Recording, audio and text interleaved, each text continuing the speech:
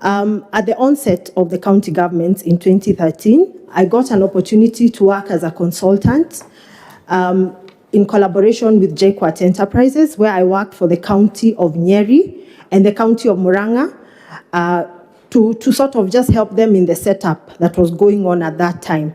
And I felt that this was work that was taking me closer to the thing I really wanted to do. Onwards, I got an opportunity to be appointed to serve on the Board of Trustees of Tourism Fund in 2015, which was a great achievement for me because I was just barely 30 at that time. And I felt it was an opportunity for me to showcase myself. I went to the board and really tried to demonstrate that as young as I was that time, I was able to have real impact on the work we were doing. And serving in a public sector institution, especially at the top of it, then you start to feel like now real things, you're in a position to influence real things. So again, that was taking me even closer to the work I desired for myself and my career. So I have been at the Board of Tourism Fund for the last close to 6 years now. I got reappointed in 2018. While working at Tourism Fund, I started to interact with groups of people in the counties that were making handmade products. And I started to help them in an informal way to sort of make better designs and to export their products.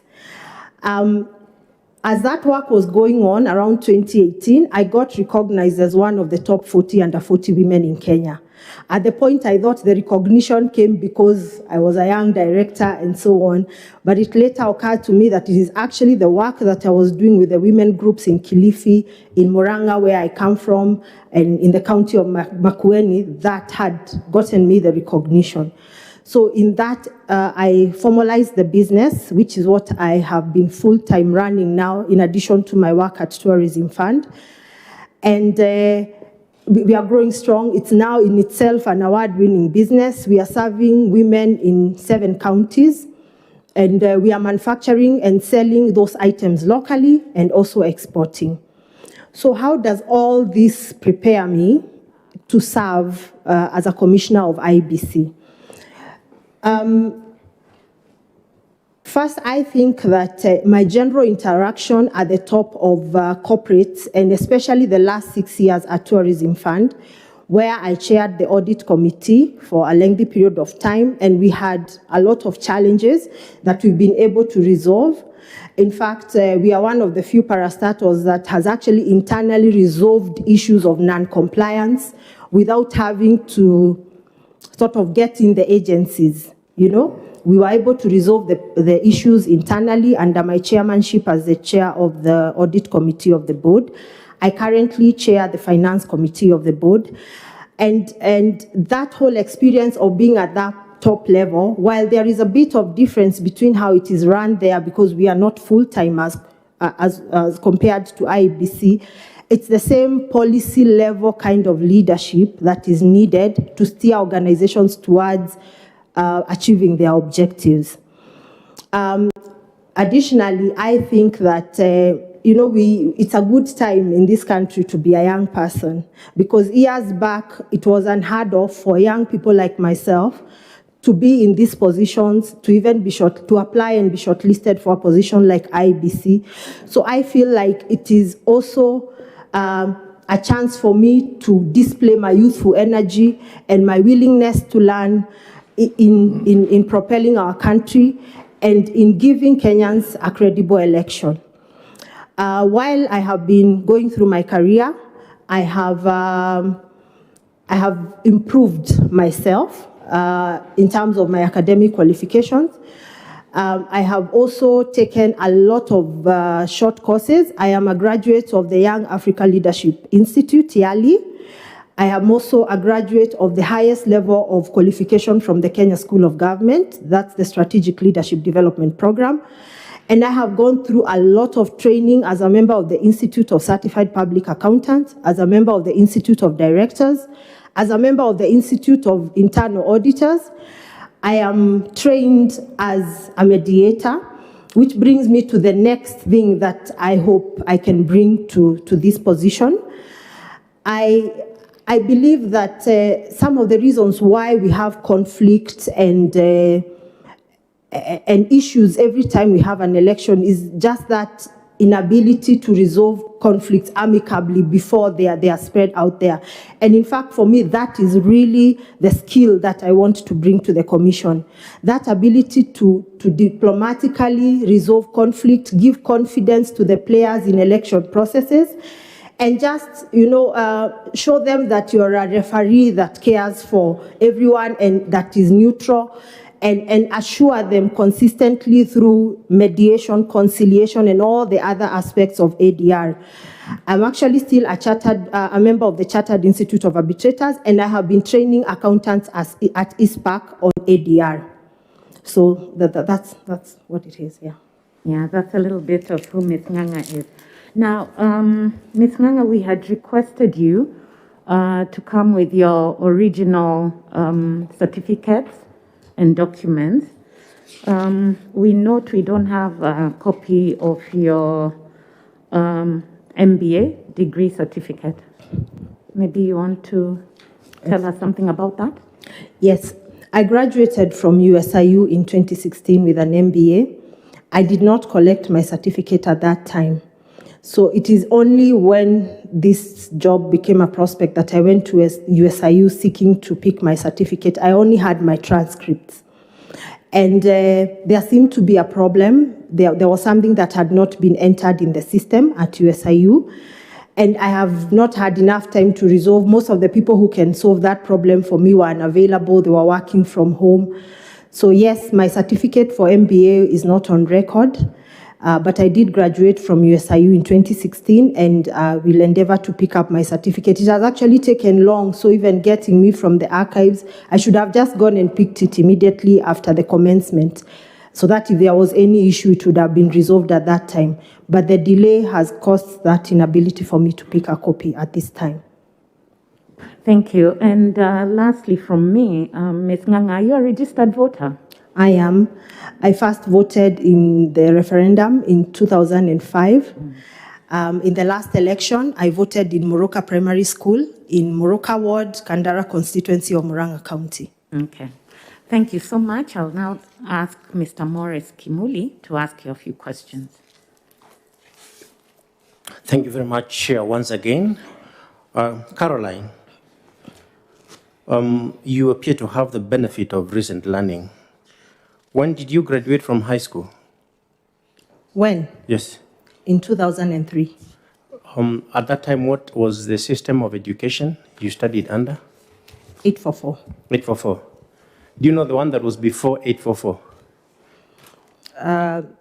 Yes, 7423. Oh, I don't know also what don't it was know, called. but perhaps those who did that will know. And the government introduced another system of education just recently. Yes. Do you know what it is? Yes, because I actually have a son who is a graduate of the initial class of the CBC system, competence-based education. Okay. We are also part of the learning in that system. Okay. Yeah. Now, those were just general questions, because you must always be aware of your environment. We looked at your case study. You answered in writing a case study. And looking at it, while responding to an issue you raised regarding management of political parties, you raised a question yourself. You say, is the process of recruiting commissioners open and transparent? And do political parties have a stake in it? Now, just moving from the question that you raised yourself, do you think political parties have a stake in the appointment and recruitment of commissioners of the IEBC? They do have a big stake. What is the stake? While IEBC has many other roles that it's been given by the Constitution, the one we know and the one that primarily is known, IEBC is really known for, is the conduct of elections. And at the center of elections is political parties.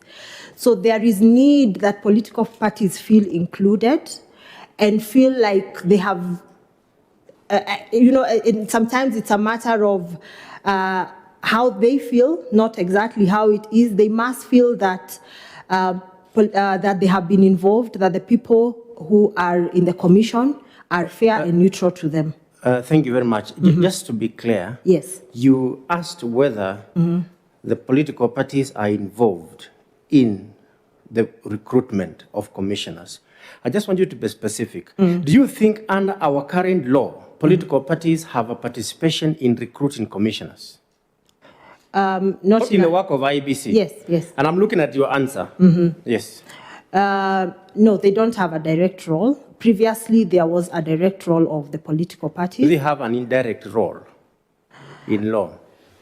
I would say that because the appointment of the panel that interviews commissioners for IEBC is, for instance, there are people appointed by the president, and president is a leader of a political party. And there are also other people with vested interests that are in the recruitment process. Then I would say they have an indirect role and they have somewhat been involved. Now, just springing from that answer, would you just briefly tell us, in the context of the law applicable to recruitment of commissioners, how did you get to where you are seated? It started with the gazettement of the vacancies, and then... By who? Who gazettes the vacancies? The president? You sure? No. Okay. And then from there, the president appoints the recruitment panel. The recruitment panel now takes over the process of recruiting the commissioners. They are sworn in, and then they go ahead and advertise. In how long did we advertise? Or are we required to advertise by law? 7 days after you're swearing in. And then from there, we were given some time to put in our applications. How much time were you given? I think we were given 21 days. I don't know whether it is anchored in law, but it was a period between the advert and when they closed the applications. And then from there, we waited. I think there was no specific time between the closing of the application and when we had a shortlist. But after the closing of the application, the next step was that the full list of applicants was publicized. And then from there, subsequently, the shortlist was publicized. And on we went. The so shortlist from here now, once we are done with our interviews, Yes. in terms of the law, what are the next procedures before the people we recommend become commissioners? I'm talking about the law now. Yeah. I'm sure you must have looked at it. Yes. We have said it everywhere. We have published notices. Yeah. So next, you're going to give to the president the nominees from the panel. The president will then write to the Speaker of the National Assembly. Within how many days? Within how many days the president must write to the Speaker? Within 7 days. I think. Within 7 days, the president writes to the Speaker. And within 21 days, a debate, the discussion around the names of the nominees are tabled in Parliament. And if there are no objections or if Parliament passes, the President must then appoint and gazette the commissioners in 7 days. Yeah. Thank you very much. Thank you very much. Now, again, in your case study, we picked another issue. And when you raised issue number 7, because you are required to raise a number of issues, you said, have commissioners maintained public confidence, or are they affiliated to political parties? Now, under our constitution and our law, are commissioners of IEBC barred from being affiliated to political parties? No. There's no requirement that you're not a member of a political party. But that is something that you said in your case study. What did you mean when you asked that question? Yeah. Have they maintain public confidence, or are they affiliated to political parties? Did you suggest that it is wrong for commissioners to be affiliated to political parties? What I meant in that comment was that commissioners should not be seen to support specific political parties. In the light of their work, they should be apolitical because they are the referees, they are the neutral parties in the conduct of elections. And so I was just asking, the issues worries are why is it that we have all these problems as per the case study? And there was an issue raised in the case study about a section of the country that had these people who had not been registered as voters. And when they went out now to start giving... I get that, Carol. Yes. So your idea is that what you meant is that you shouldn't be seen to be associating too much, not that you shouldn't be a member. You can be a member, but you cannot take part in political activities. Okay, nothing bars you from being a member, but you can actually make personal choice because you see, you also have a responsibility to really be seen to be neutral, So if, for instance, as part of what was going on in the case study, they pulled out and said, you're actually a member of this and other political party, then that would fuel the notion that is already out there that you're actually supporting a certain political party.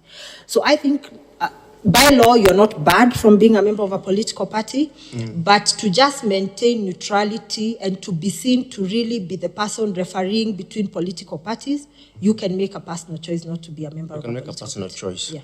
And now that you seek to be a commissioner of IEBC, I'm sure you have taken time to look at the Constitution to know the key qualifications for this office and our Constitution. Could you just kindly tell us what they are? You need to have a bachelor's degree. In what discipline?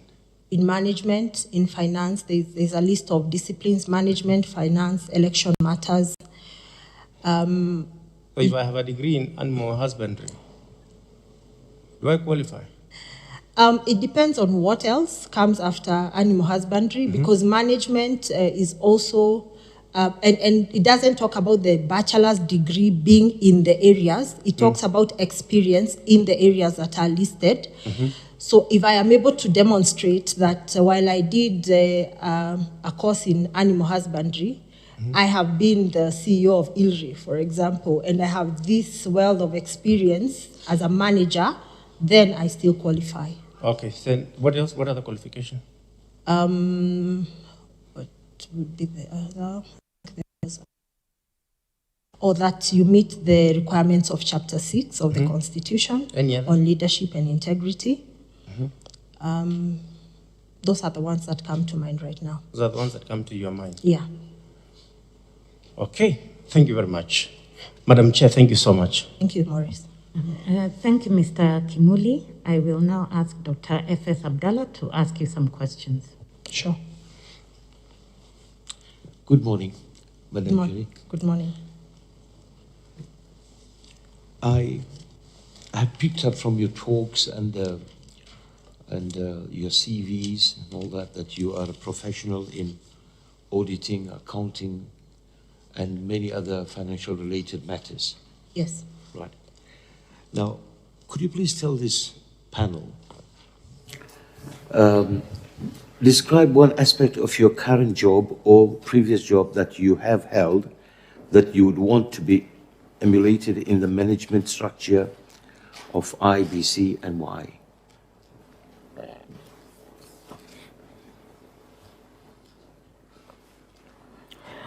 Okay. So earlier I had mentioned that the real skill, and I'm multifaceted. I have training in finance. I also have training in alternative dispute resolution. Primarily for me, when I look at the things that IEBC needs to do and the history of how IEBC in the past has conducted elections, the thing that I would probably bring most to the table in addition to the others would be my skills in ADR, alternative dispute resolution, and to instill it as part of the DNA of the organization. to just know that everybody, the commissioners and the management team as well, see ADR as the primary way of resolving disputes. Hopefully that can help us to have calmer elections and relations with the players, the parties to our work as IEBC. Secondly, we are an organization. IEBC is an organization like any other. There are elements of budgeting, reporting that is required of IEBC. And at the top, at the policy level, I'd see that as a skill that I would bring on board so that we are compliant and so that we can demonstrate to Kenyans in a proper and accurate way how we are spending the monies that have been sent to us by the taxpayer. Then from there, my experience in just being at the policy level of organization and the dynamics, the corporate governance dynamics that come with that. While the IBC case is special because the commissioners are also full-time employees of the organization, just that experience in how it works currently in the work I am doing with Tourism Fund and how it would work and how we avoid conflicts that may arise from the structure and the corporate governance of the organization. Thank you. So in your opinion, there's a lot of conflict in the structure of IEBC? There's a lot of commentary about that, sir. And I have come across it as I was preparing to appear before you. And I also got thinking about what would probably be the right way to go about it. I think the law has secured the role of everybody in the commission, even if commissioners are full-time. And if everybody really just did what they needed to do, the structure as is right now would work. But we have heard in the past, even in public domain in the last elections, some people saying that the responsibility of delivering certain aspects of an election, for example, rests in the commissioners. But that's about where it ends. The implementation of what it takes to actually deliver that election is in the hands of other people. So unless you have created a system where they actually work together, that the primary role of procurement, for example, and timely procurement of certain things is vested in the commissioners. If it is not done, it is actually the commissioners who are on the line. But it is not their job to do the procurement. So unless all those areas are aligned and streamlined and everybody is doing their part, there would arise conflict. And there is information out there in the public domain that certain conflicts, I'm not sure because I'm not an insider, but that conflicts of that nature have been there. But my own opinion is that if that is really an issue that has come up, then we should have an open debate about it. You know, everybody to bring should commissioners be full-time or part-time? Should the chairman of the commission be an executive chairman and hence takes the role? All those debates, because they've been proposed, then maybe it would be time to have a discussion and really agree on what would be the best way to sort of run the structure of the organization. You mean rather than debate, dialogue? Dialogue, I mean. Good. I feel at home with you because I sit in the ADR committee with Ohanga. Sorry? I sit in the ADR committee, which is now doing the bill, with Dr. Ohanga. ADR, which is, of course, meant to solve or to relieve the courts with so much burdens of these. Mm-hmm. And I will wish you all the best if you will be able to do that when you're a commissioner. Mm-hmm. Now, in my opinion, employee wellness is critical in the performance of the IBC, right? What human resource proposal would you make to ensure wellness is catered for the employees? Okay. So actually at Tourism Fund, I am a member of the board HR committee. We, at the policy level, are the ones involved in just ensuring that our employees are happy and they're happy to do their job and that they feel that they are part and parcel of the organization. So for me, employee wellness would be a consultative they are the basics that everyone must have, but there are other areas that employees themselves can propose to the management and the commission about what they think are the most important aspects. And they vary depending on every employee. There are some for them, other than the basic provisions of a job, that is your pay and your other benefits. For some, it would be, for instance, a gym. You know, if that's what in this era of mental health issues, people want to go and relax. For young women like myself, it would probably be a nursery. You know, one of those rooms that you sit when you're nursing a baby and do things like that. So it would vary from one person to another within the organization. I think the idea would be to just have a policy that is consultatively put in place to try and take care of everybody's wellness. Of course, at the same time, the employees must also commit to deliver on the objectives of the organization. So that, and I have actually come to understand that employees like to be challenged. They like to be given targets. That makes them sure about what you need from them, what you need them to do, and it gives them confidence to go about their job. So that is really what I would say about employee wellness. So, Caroline, what I hear you, that you're looking at the terms of reference, TORs, right? And of course, it does vary from one to the other. What about the SOPs? Standard Operation Procedures? Yeah. What about that? How can that, what can you bring in form of SOPs so as to have harmony and good coexistence in the IEBC? I think primarily it would be that everybody knows what they are supposed to do and how they are supposed to do it, and it is documented so you're not guessing as you go about your work. During my time, not too long ago, we faced some disciplinary issues with some of our staff. And one of the key things that came out for the committee where I'm a member is that there were so many things that were vague. So these employees were just left to their own devices, to what you think in your own judgment would be the correct way to do it. And it landed them in a lot of trouble. So I think SOPs being put in place for all aspects of the organization will help the employees just be very sure about themselves and what is required of them and how to go about it. Thank you. Given your experience and training in accounting, especially in oversight of management of finance and audit department as per your CV, how would you streamline the system of purchasing? Because I'm sure you'll appreciate everywhere, every corner you hear that the issue of procurement is like the thing everybody is looking at, maybe the cow to be milked. Yeah. Actually, most of the issues we've had in state corporations in Kenya has been around the procurement. And I had the benefit of recently being trained on the procurement procedure and the law. And I think it's robust enough to cover all the areas that are needed in an organization if we comply by it. And the law has also even set on it institutions. If you are unsure about how to go about a certain thing, if you are unsure about what it means to do direct procurement and what are the conditions for that, then you can go to the regulator and ask, and they'll be able to respond to you so that you're on the right side.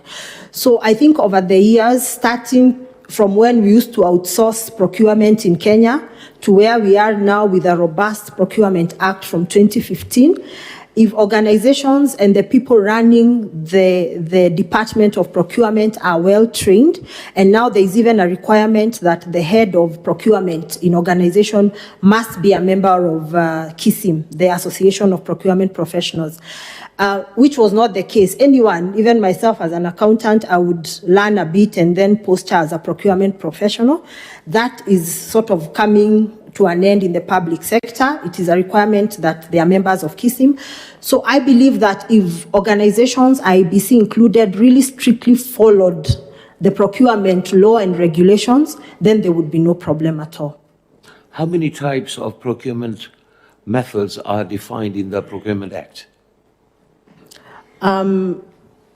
I can list them.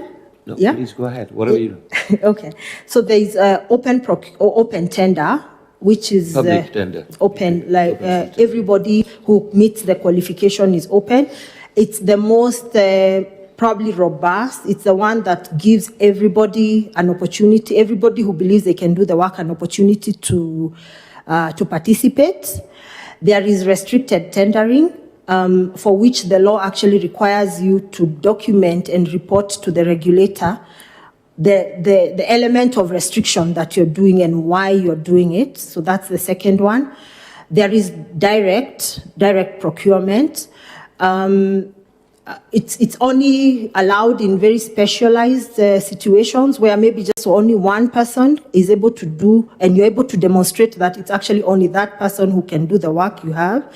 And it's also allowed when it is between two government agencies giving services to each other, then you can do the direct procurement.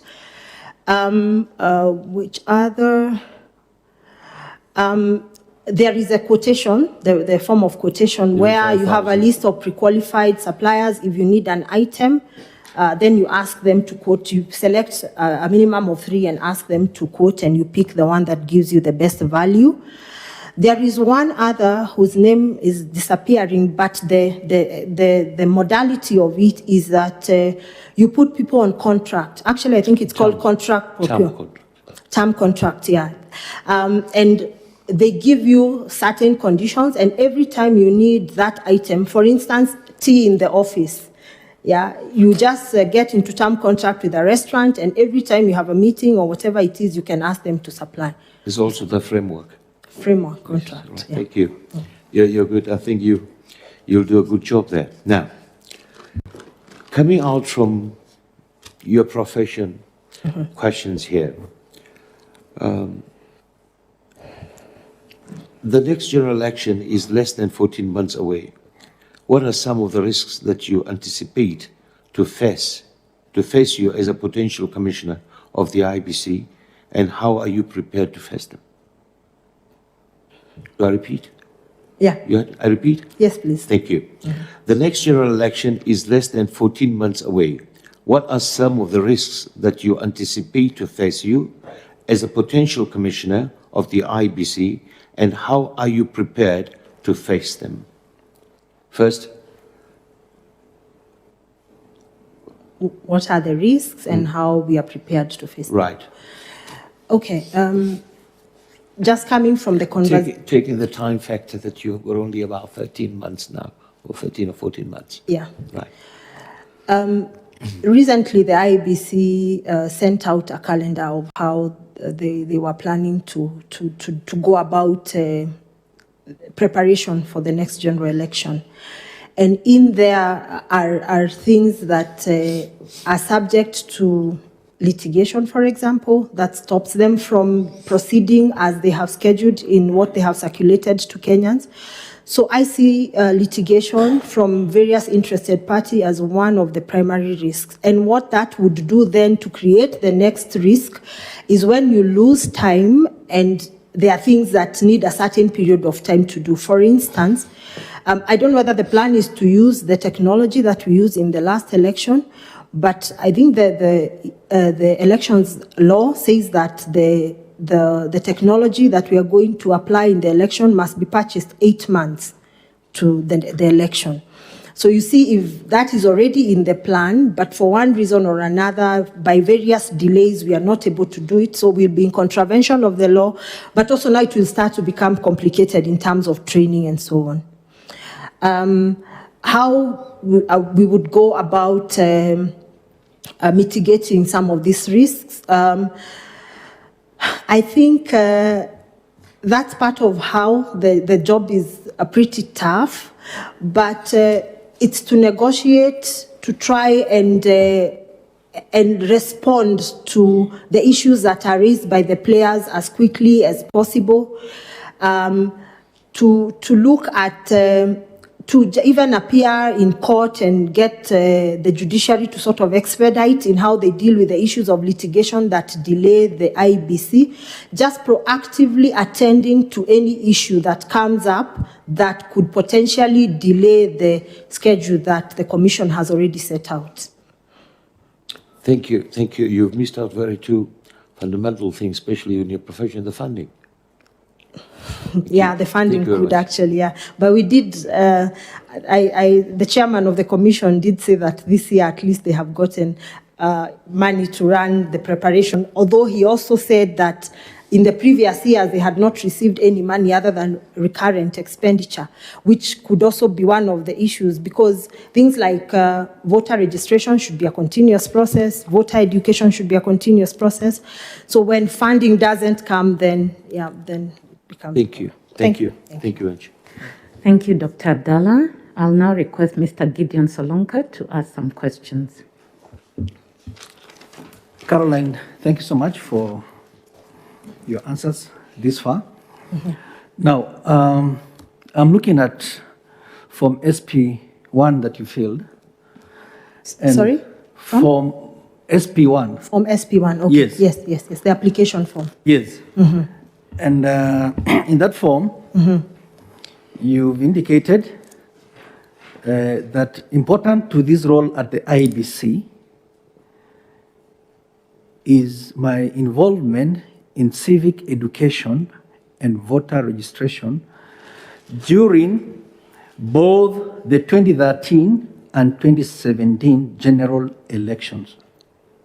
Now, kindly tell me, where were you in 2013? What job were you in 2013? I was working in the private sector as an auditor. As an auditor? Yes. Okay. And when did you become a member of the Board of Trustees at the Tourism Fund? In October of 2015. After elections or before? Before the 2017 elections. Before the 2017 elections. Yes. Okay. Now,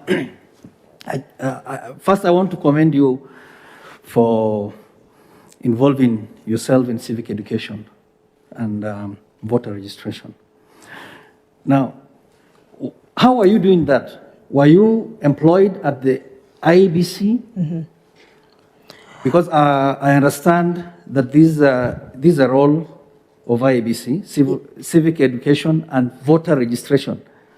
You need somebody who is there. Yes. So how did you do that? Okay, so I'll start with the civic education.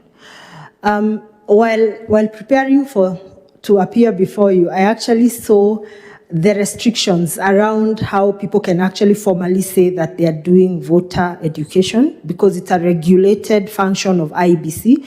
And while it can look out for partners to do it, it shouldn't just be any partners. And anyone purporting to be doing any voter education must be registered by IEBC.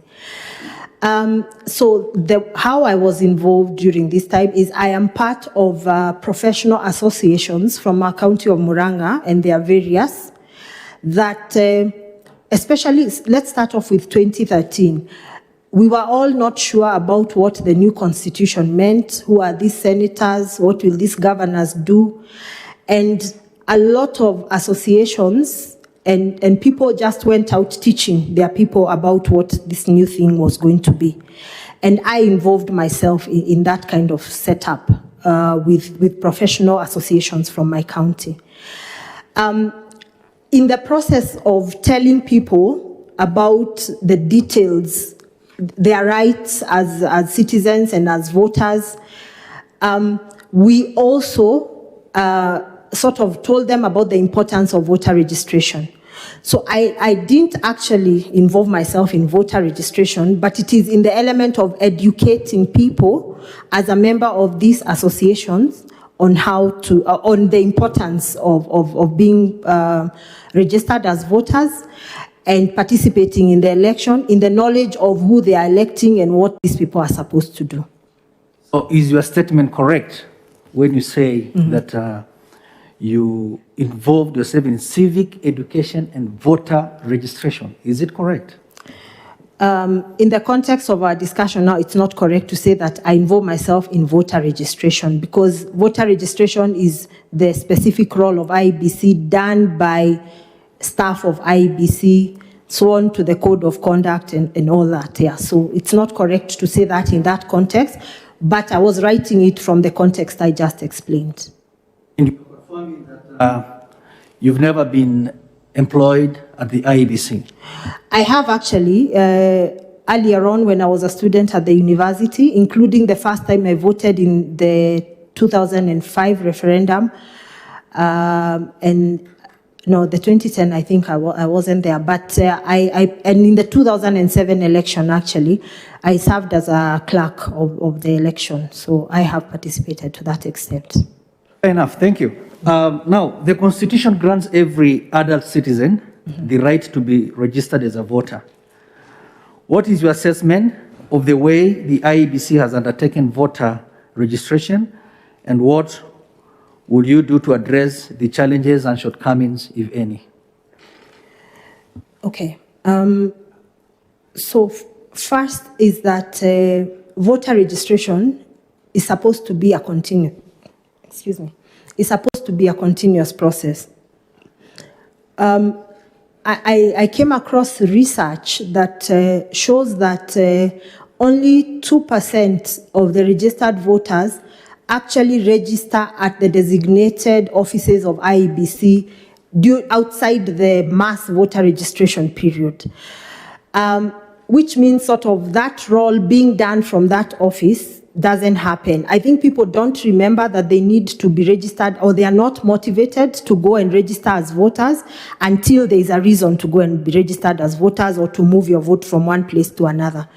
So in that regard, then I think that some of the resources that are used to put clerks in stations where Kenyans are required to come and register as voters, maybe we can readjust that expenditure and have mass voter registration happening at other intervals other than just before the election. Because, I mean, if it's 98% of the people wait for when the clerk is in their shopping center or in their church, then definitely that is the most efficient way to register people as voters.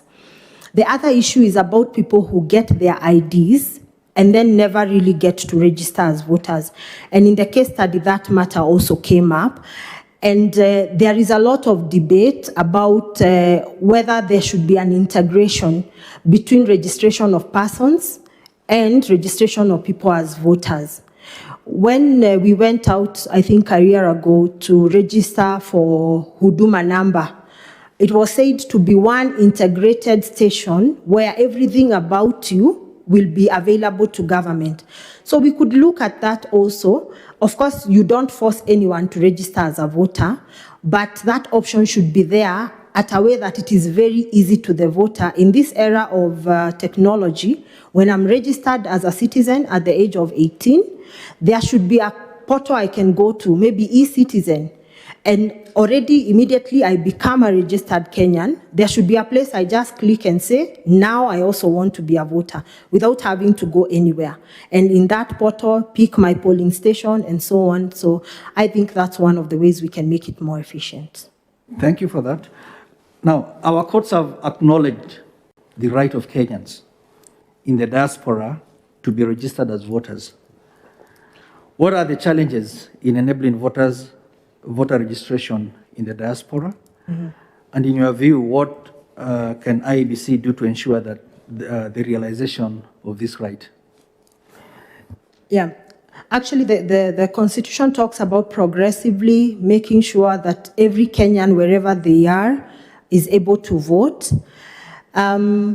Of course, that would have to come with its own regulation, which I didn't see like specific regulation as to how people in the diaspora vote. But I don't think it's very complicated, actually. As long as you're out there, the Kenyan embassy in your area knows you're there, and you're able to access the embassy for voting, then IEBC should collaborate with all the embassies and high commissions across the world to register people as voters and to give them modalities of voting. Of course, if you're voting from the diaspora, then you can only vote for the president because you're not assigned to any county or ward for that matter. So I don't think it's very complicated. It's just willing and we just go for it. Everything in the law has given us the platform for which we can actualize that. Some people have observed that holding 6 elections in one day has contributed significantly to some of the election day management challenges that have been witnessed in the past. What are these challenges? And then the other question is, other than changing, because we have those people who are proposing that we change the system, other than changing the law to provide for one election at a time, what can be done to address this challenge? Actually, even from my experience going out to vote in the last elections, you could see the logistical complication of, because you're supposed to be given all your 6 ballot papers at once, you go to your voting booth, you tick, and then you come and place them. And in most cases, the election officials had to sort of stand there to make sure that you're putting the ballot paper in the right place. We have done things like have it in different colors. So if it's women rep, it's pink, and there is actually a pink ballot box where you put in your pink paper. So I think those are some of the things that have been done. But progressive voter education is probably the only way we can sustain that as a way of voting. Like in good time, in preparation for the election, that we educate the masses about the various positions for which they have to vote. They have to vote. And then also maybe give leeway within, of course, the control of the agents and everybody for election officials to sort of intervene, which I think they still do. You know, if they see you're just about to put governors in the president's box, they will intervene. Or maybe other regulations around how, especially people you think will not be able to deal with that matter themselves, just around allowing the election official and educating the masses about how to go about it. So you asked what I would suggest other than saying, let us have the election on a different day for various positions. I think that was the next question. But you can also maybe suggest if we should do it on a different day. What is your take? Well, there is merit in that. There is merit in that because it would make it easier, but we'd have to weigh, you know, the cost of the election. Already, we are looking at what is said to be a very expensive election in Kenya. So this need to just have the convenience of people voting more accurately because they are voting for less position, and the benefit that will come from that vis-a-vis the costs of holding elections on different days. And if it looks like it's too big a cost, then we go back to the other interventions, some of which I just mentioned, to just make it efficient in the way it is currently. Thank you, Madam Nganga, and all the best. Thank you. Thank you, Mr. Salonka. I'll now ask Madam Elizabeth Mayo to ask some questions. Okay, thank you, Chair. How are you, Caroline? I'm fine. Okay, thank you. So I'll refer you to a problem the world is experiencing now, that is COVID-19. Yes. So COVID-19 has actually affected almost all institutions. Let me limit it to this country. That's right.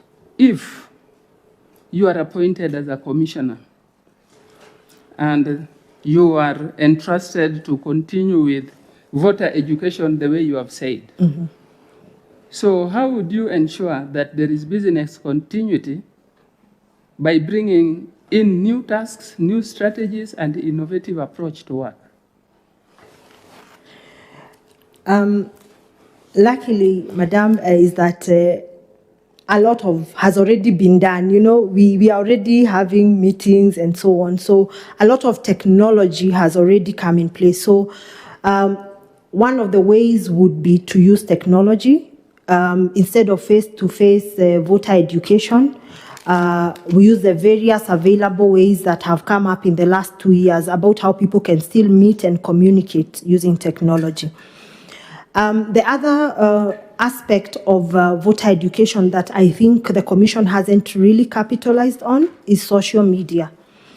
While I was getting ready, I went to see, some of the things that the Commission does on its social media. And I found that it was mainly a notice board of sorts, so they'd say the things they are doing.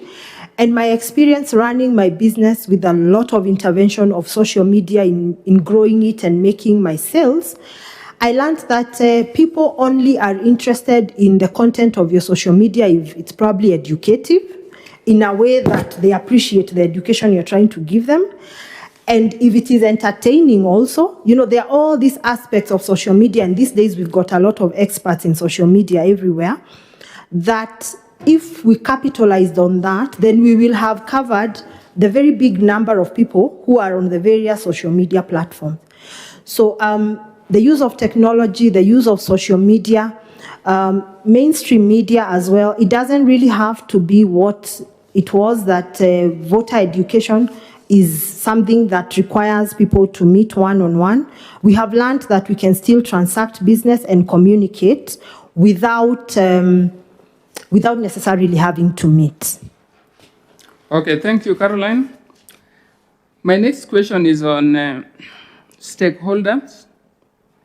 So collaboration with non-state actors, I believe you know who the non-state actors are, Yes. is a very useful tool for voter education.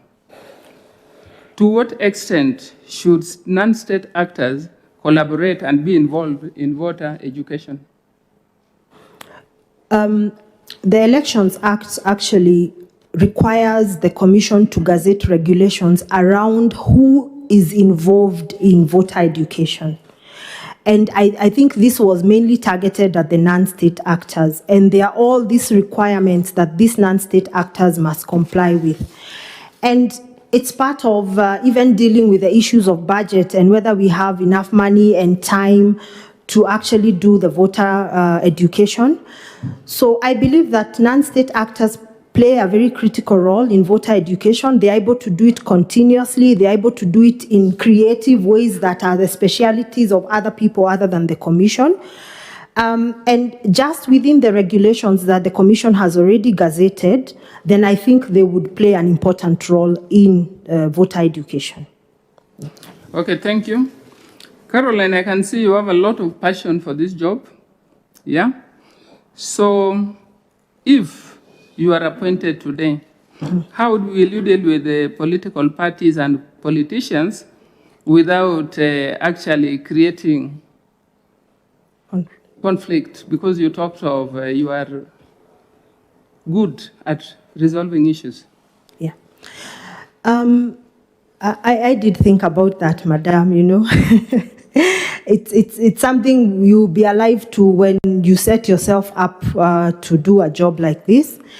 And these are the players, there is no escaping from them. They are the primary stakeholders in an election process. So one of the primary skills you must have individually and collectively as a commission is how you're going to deal with the political parties and politicians and their usual way of trying to influence how things are done. And one of the things that was very alive and that came to my mind when I was reflecting about how that would pan out is if everybody thinks that, or at least believe that you're a fair referee, they will be restrained from trying to interfere with you.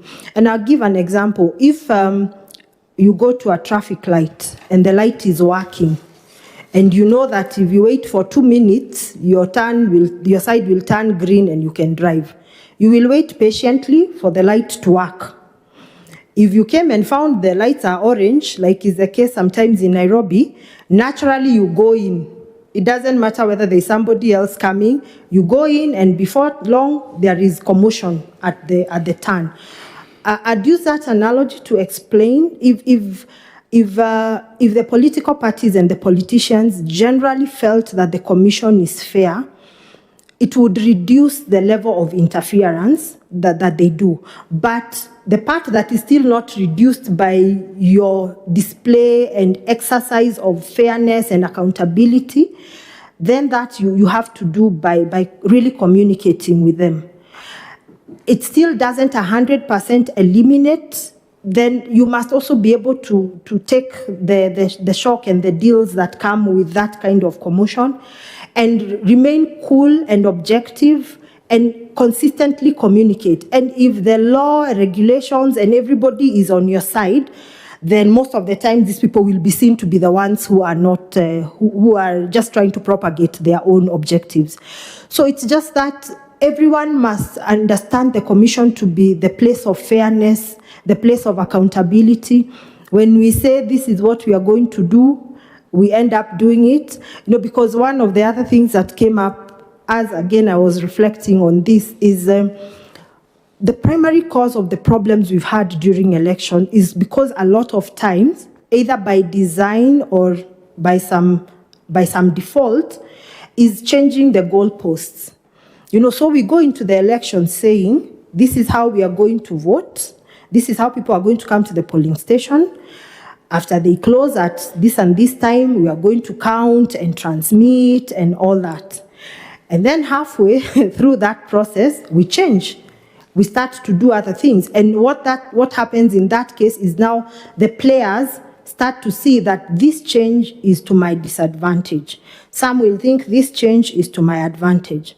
So as much as is possible, the commission needs to communicate how things are going to be done, including communicate how they will deal with it if there is need to change. There is, I think it is the regulation around technology by the IEBC that talks about an operation continuity plan, for example, where there is already a panel of people who in advance have anticipated what would happen, for instance, if the technology failed. If some of these are properly communicated to Kenyans and to the players, that this is how we have planned to do this thing. If we have, in management, I think they call it the doomsday plan. If there is doom on this day, this is how we are going to do plan A, this is how we are going to do plan B, there'll be confidence. But if we are trying to introduce plan B that Kenyans have never heard of, at the heat of conflict and failure and all that, then they don't trust that this was really the plan. They will start to think that you are saying this to sort of safeguard a certain position that you have already taken. So if these things are communicated in advance, then I think the conflicts will be reduced. And at the end of the day, really, there are people who are just troublesome, especially when they want to pursue their own objectives, sometimes selfish objectives. Even that, the skill to deal with those is something we must equip ourselves with as we move along. Oh, thank you. Thank you, Caroline. Caroline, as a youth, I believe I'm right to call you a youth. You are. Yeah, and I believe you have the interest of the youth at heart. Yeah.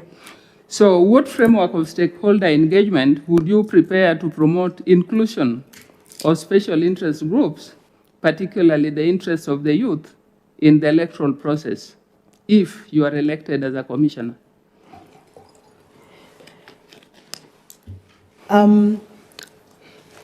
One of the things about young people is that they have their own ways that they understand communication that is sent to them.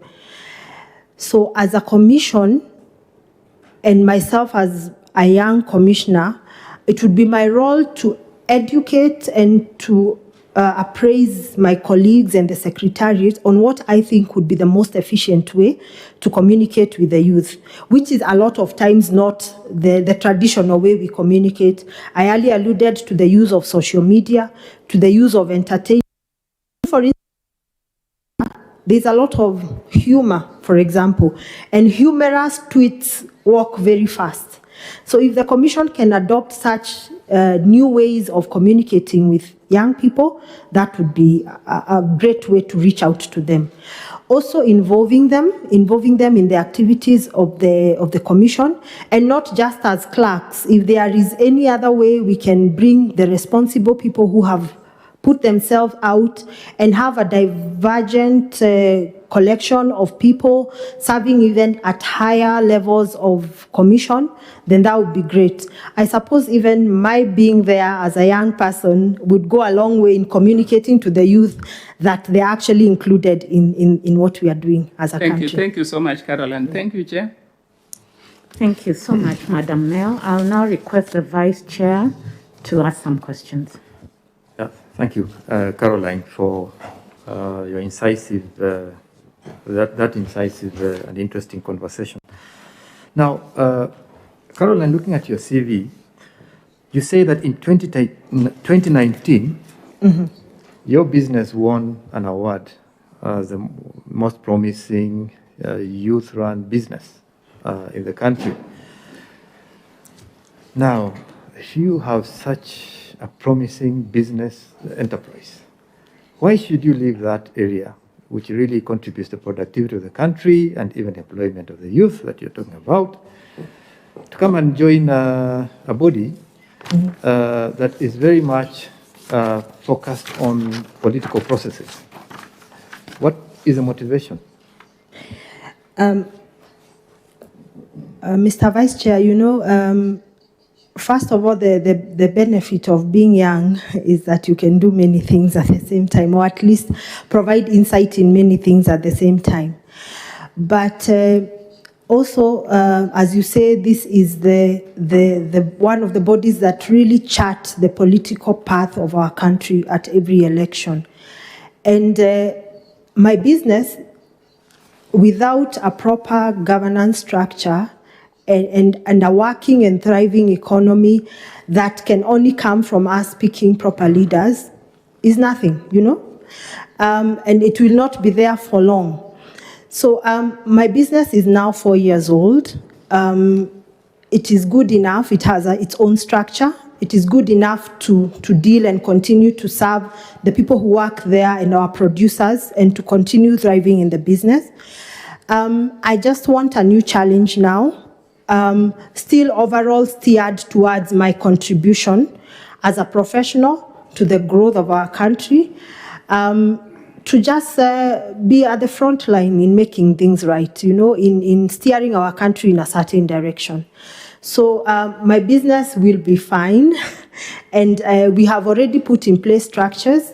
In fact, I had already started to think I probably need to start a new business or a new challenge, because that one has already gotten a life of its own. So that really is a motivation. It's just an opportunity, another opportunity for me to serve, to contribute, to go to the front line in making things right. I like that. You talk of a well-governed country. In that light, Caroline, what is your vision for Kenya, and how would a well-managed electoral process contribute to that vision? 3, if you are to become a member of the IEBC panel, how would you contribute to that overall vision in ensuring that we have a well-run and managed elections?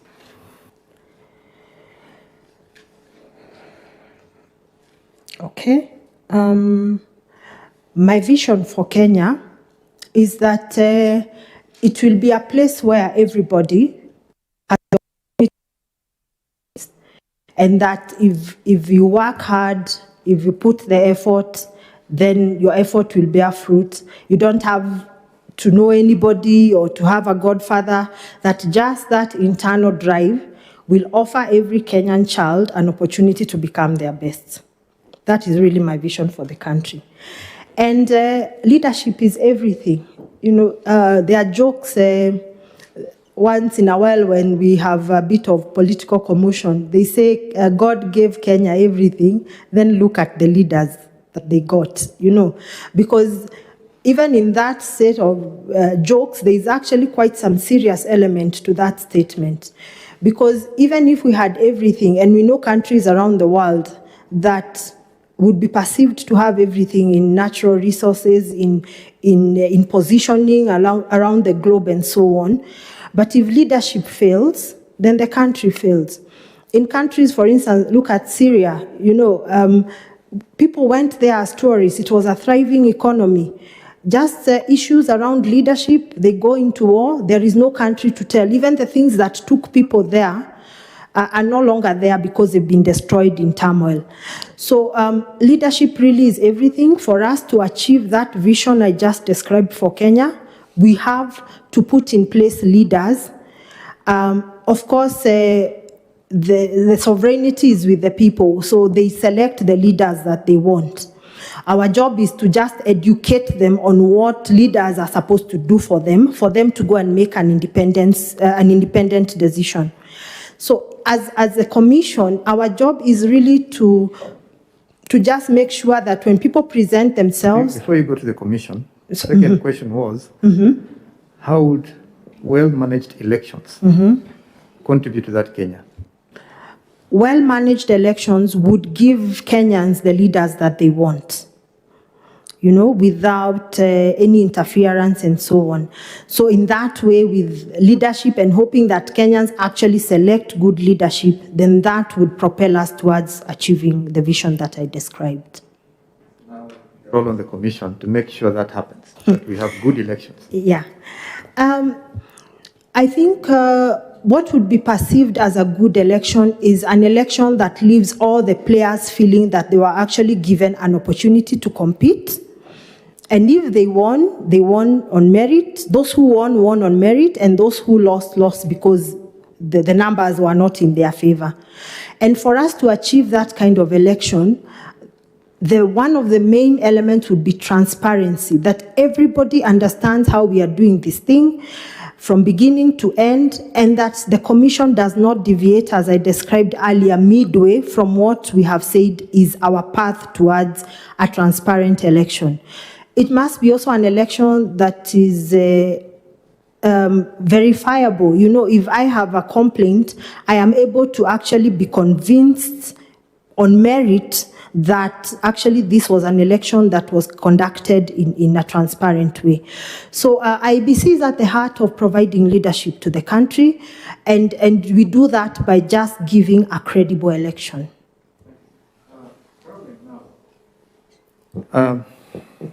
Assuming you're on the commission, you've been appointed successfully, you're on the commission, a situation arises where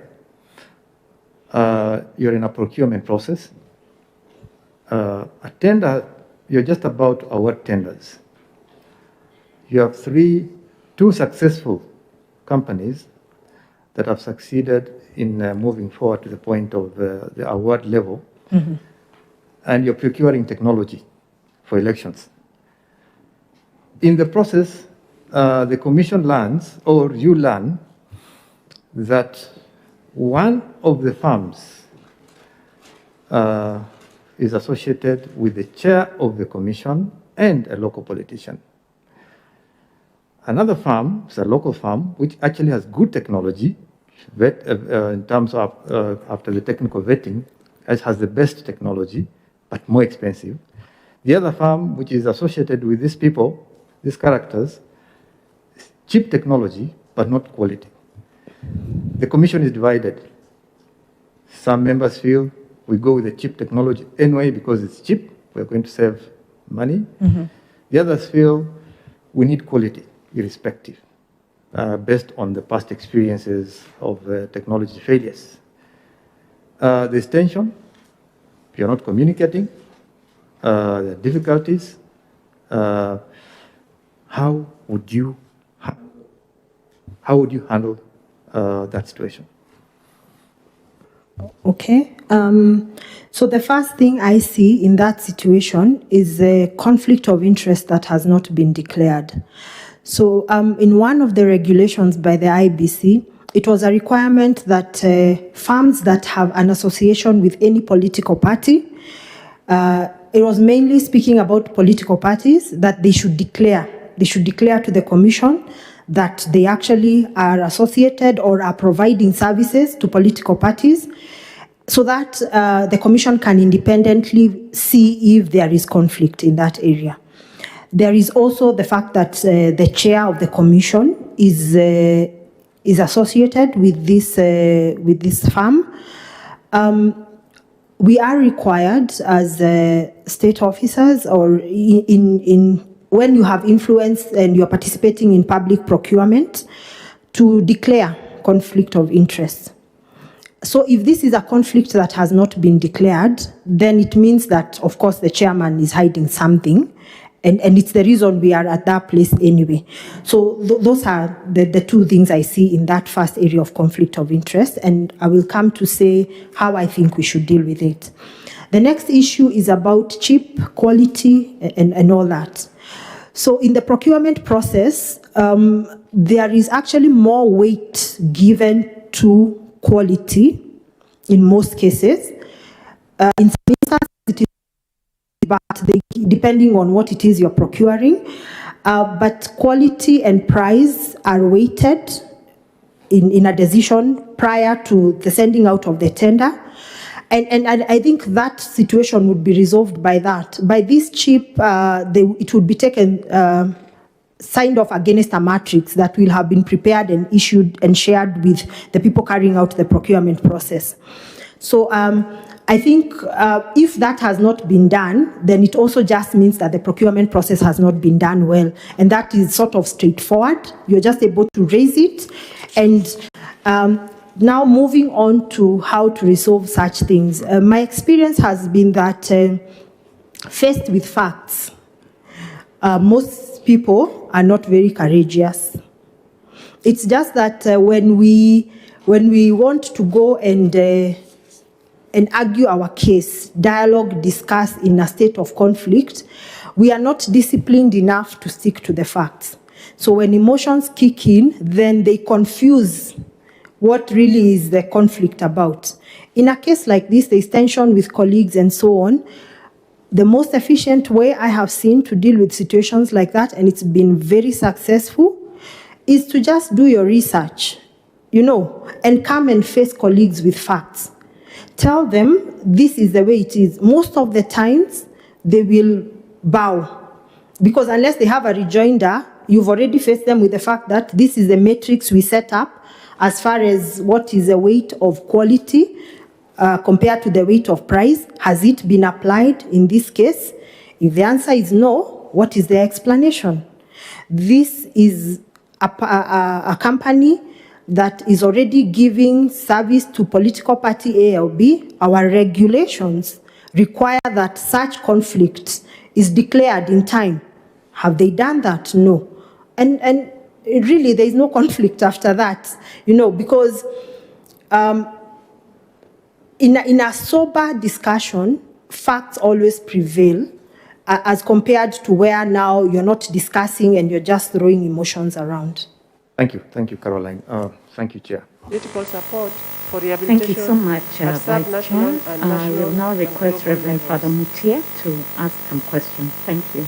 Number 2 agreement was strengthening rehabilitation planning and implementation at national and subnational levels, including within emergency preparedness and response. A few questions. Number 3 was improving integration of rehabilitation into the health sector and strengthening from your application, effectively you and stated efficiently that you meet have population 12 needs. years of experience in Number 4, finance, incorporating rehabilitation accounting, in the universal managing, health coverage. management, That consultancy, we've been and a left few behind other in the areas, universal health coverage.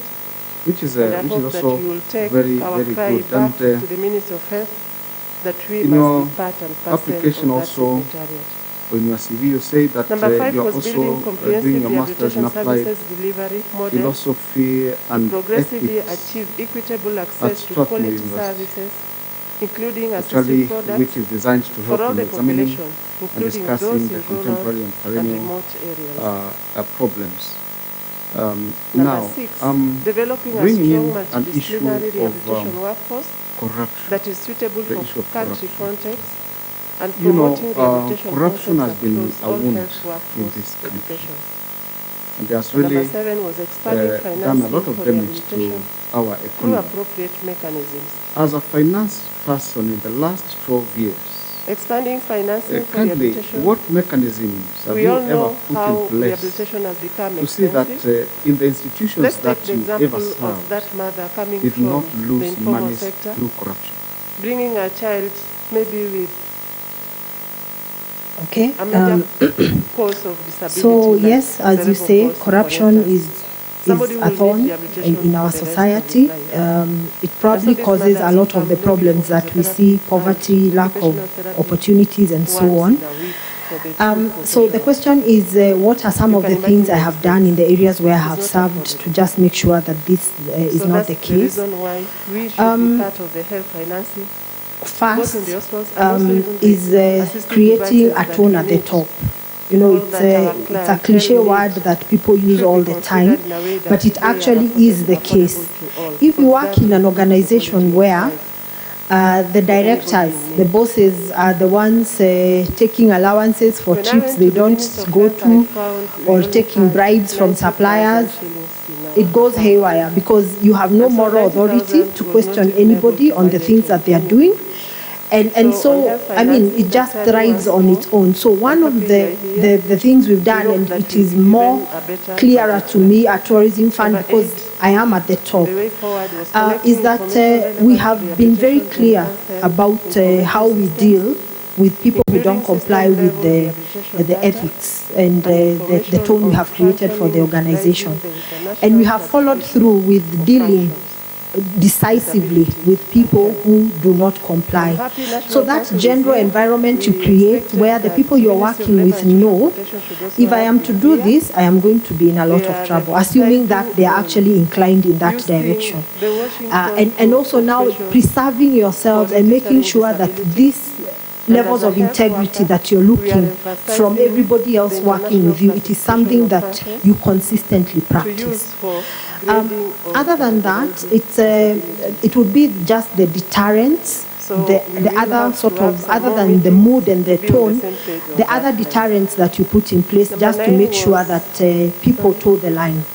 building research capacity and And expanding the availability of and this robust would be like evidence what for you have in your rehabilitation. policies, in what And you I've just expect, said what you make researchers your are staff and people working with you sign Please to. come to our unit and This check the data would that also we help have in creating an and- environment that and is really free of analyze corruption. it so that it The can final one inform that I have would the be Ministry of continuous Health. education, because I'm trying to deal with that philosophy degree, but it's one of those times I have realized that I'm actually a mathematician. So the philosophy it's very interesting. I like it, but they talk about human beings being either inherently good or inherently bad, and how you gear them towards the good in them. So by education, by talking to these people, by making them feel that they're actually part of the organization, you can implore more to the good side of them that every human being has inside, as we learn in philosophy. Thank you. I'm happy to say that those guidelines Madam, actually help the people in Caroline, allow me the also to facilities ask across you the this. countries, across the counties. The Constitution of Kenya requires that all human persons health that they needed when who are COVID appointed to constitutional pandemic commissions started in this take country. off of the office. Is that true? That's right. What is the value of the oath of office to you? Sponsored by Clinton. I think the oath is sort of a way of you voicing so that it can the go to expectation, for development. and there's something about voicing something with your own, Catholics like myself go for confession. One of the ways they say confession is a good thing is that you get to voice your sins. So you reduce the sins because you don't want to be voicing a lot of sins. So there's value in just voicing what you're committing to as you take office.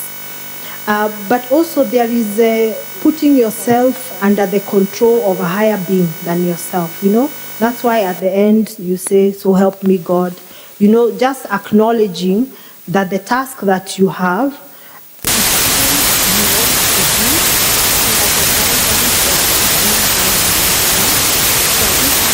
value, and also just communicating to the world when you take this oath as other people listen, communicating that this is really what you should hold me account for. This is what I commit to do as I take up this job. And if you see me deviating from that, then you can question me because I actually made this oath before everybody. So does that mean that an oath is enforceable? It is enforceable in the sense that when you commit to do those things and then you don't do them, to the extent that it actually amounts to breaking of the law or violating the Constitution, because you also commit to uphold the Constitution in actually most of the oaths. Yeah, so it is enforceable to the extent that you don't do what you actually say you will. So what are some of the consequences of the breach of the oath of office? Removal from office. I think when we look at all the ways that anyone, including a commissioner, can be removed from office, it's, for instance, violation of the Constitution. And how do they hold you to account that you have violated the Constitution? It's because as you took your oath, you committed to uphold the Constitution. So at this point, you're now liable for not keeping to your oath. So besides removal from office, there's no action that can be taken? The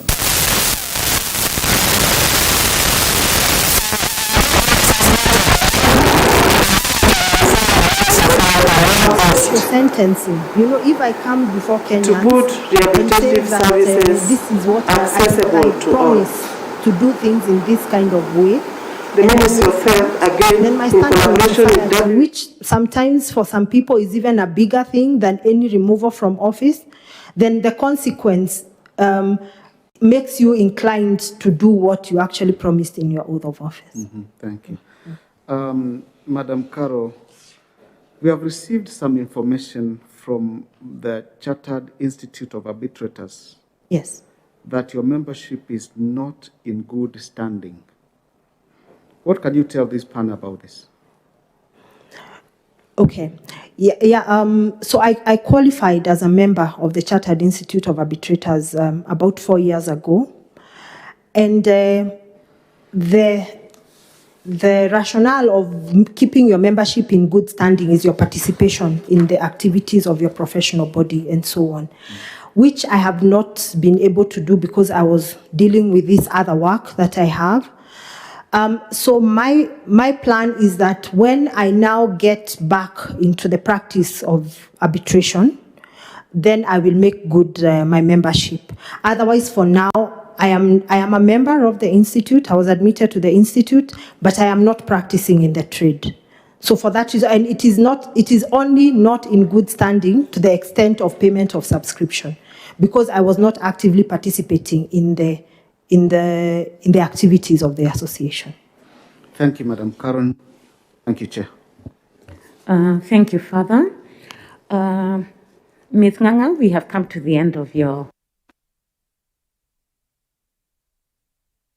like to say at this time? It's just to really appreciate the opportunity to come and express myself and learn. As I was answering, there are more insights that came to mind, so it will probably be a continuous process for me to learn. It's also a good credit to the young people that you can actually pitch to be part of this if you have a solution, if you have passion. And even just coming this far is an encouragement to many young people around the country that you just need to set yourself out there and you will be noticed. So that's really great for me and I appreciate it. I look forward to serving. Thank you for those comments, and I want to take this opportunity on behalf of the panel and on behalf of Kenyans as well to thank you so much for actually applying the position of IEBC Commissioner. We don't take it for granted, and we wish you well. Now, I'll request a member of the Secretariat to walk you out, and please ensure that you get back all your original certificates. Thank you, and I wish you a good rest of the day. Thank you, and thank you very much, everyone. Yeah.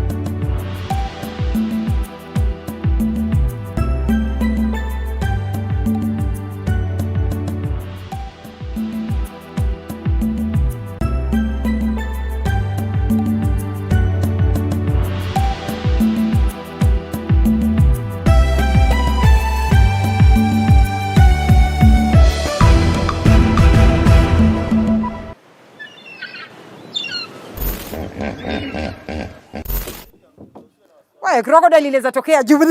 Hiyo sijakula hata unataka nikufe kabla ni. I don't like this.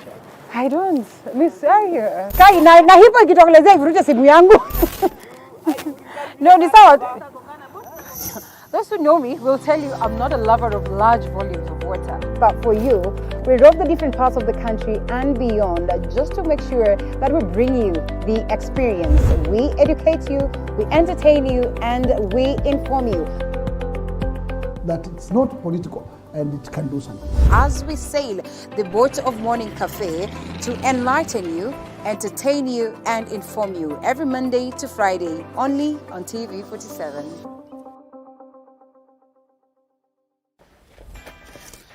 Woo. Construction can be quite a task, but how do you move from finding your piece of land, sourcing the right materials, getting the right labor force to put up your building? Or better yet, how do you source for a building that's already built?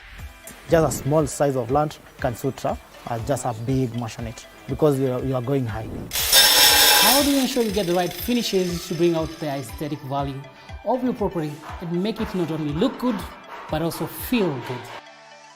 The buyers in this area are the buyers who are able to pay cash. Well, we have it right here on The Realtor on TV 47, where we demystify building right here in Kenya and analyze the property industry for you to take advantage when acquiring your next piece of property. Every February, we hear men joking about going to a men's conference on Valentine's Day. We laugh about it, the lucky ones end up having a decent Valentine's Day, and we move on. But what we do not know is that men actually do meet up. Men do sit down and have conversations about things that affect their day-to-day life. Let me ask, does money make the man? Give them the gifts, shower them with everything you want to shower them with, but keep your money to yourself. I, for one, have always been curious as to what goes on in a man's mind, specifically an alpha male's mind. Adam, yule kwa Biblia anasema ni mtu wa kwanza duniani. Wewe unadhani kama angekuwa hana yale matunda, hana ile garden yake pale ya kukaa, angekuwa tu ni mdomo tu anamfuata Hawa. Oya, mimi ni Adam. Welcome to the men's conference, where we make men alpha males. My name is Archie, the only female allowed at the conference. My name is Monica Nyashira Njogona. I am a wife and a mother of 3, and I am a crochet ambassador. This began some years ago when I could not find a white-collar job. I had done a course in IT. I looked for jobs everywhere and I could not find one. So I had a lot of time in my hands, and I had an idea to do crochet. So we have a WhatsApp group. There are about 3 WhatsApp groups. They are actually full. We've been sharing information, consulting, and just encouraging each other. But surprisingly, the challenges we've been experiencing are similar. So we just try to find a way of managing our challenges. Then all of a sudden there's a challenge coming up, and that is organized by the Hazina Institute. We realized that many people had lost their jobs. Some businesses were downsizing or closing, and therefore people were at home. Plus we had the government directives for people to work at home and avoid so much going outside. And we thought this would be a good initiative, not just to keep people busy, but also to deal with their mental health. Most basic stitch is a chain stitch where you just yarn over and then pull through that knot. Yarn over, pull through the knot. Yarn over, pull through the knot. So just that. We were able to work with a consultant who helped us in developing tools to make our work easier, putting in mind that we could not come together physically. So we had some Google Forms in which people could submit their projects. We had calls. We had to do virtual meetings to make this possible. Now, part of the challenge required a bit of creativity and something that is innovative, something that is new and different. And my role in this season for them was to just help them open up their minds to see how they can take a simple show modify it, do something different that adds value, that sets it apart from the market. This particular hat, I made it within a day. It was one Sunday I woke up and it was done. Then later on, I did the scarf. During this challenge, we were able to attract around 300 participants. And out of the 300, we were inviting people from other countries. We had people from other 5 countries within Africa. And out of the 300, we had 31 who participated, but 29 submitted their projects. I didn't expect it. I didn't even imagine that there were 300 participants. I just assumed there are a few who had enrolled, and I said, okay, I'll do my best. I don't know what to expect. All for the love of crochet, but luckily enough, I emerged winner. Crocheting helps you keep away negative thoughts, and things like depression dwell on negative thoughts. Like you have problems here, you have other issues here, like all that makes you feel overwhelmed. But now come to crochet, it's just you and your yarn. You just bond and create something. Find it very, I have my, there are people in our family who have